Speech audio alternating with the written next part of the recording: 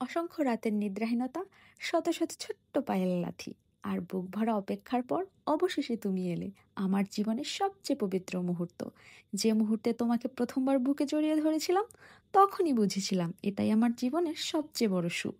তুমি আমার বুকের উষ্ণতায় মাথা রাখতেই মনে হয়েছিল সময় যেন থেমে গেছে।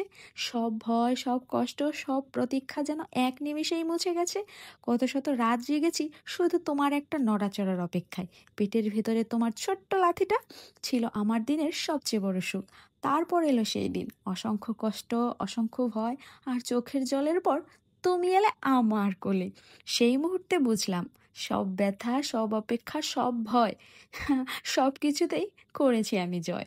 তুমি আমার বুকের ওপরেই মাথা রাখতেই মনে হলো পুরো পৃথিবী যেন থেমে গেছে। এই ছোট্ট মুখটা ছুঁয়ে আমি প্রতিদিন নতুন করে বাঁচি।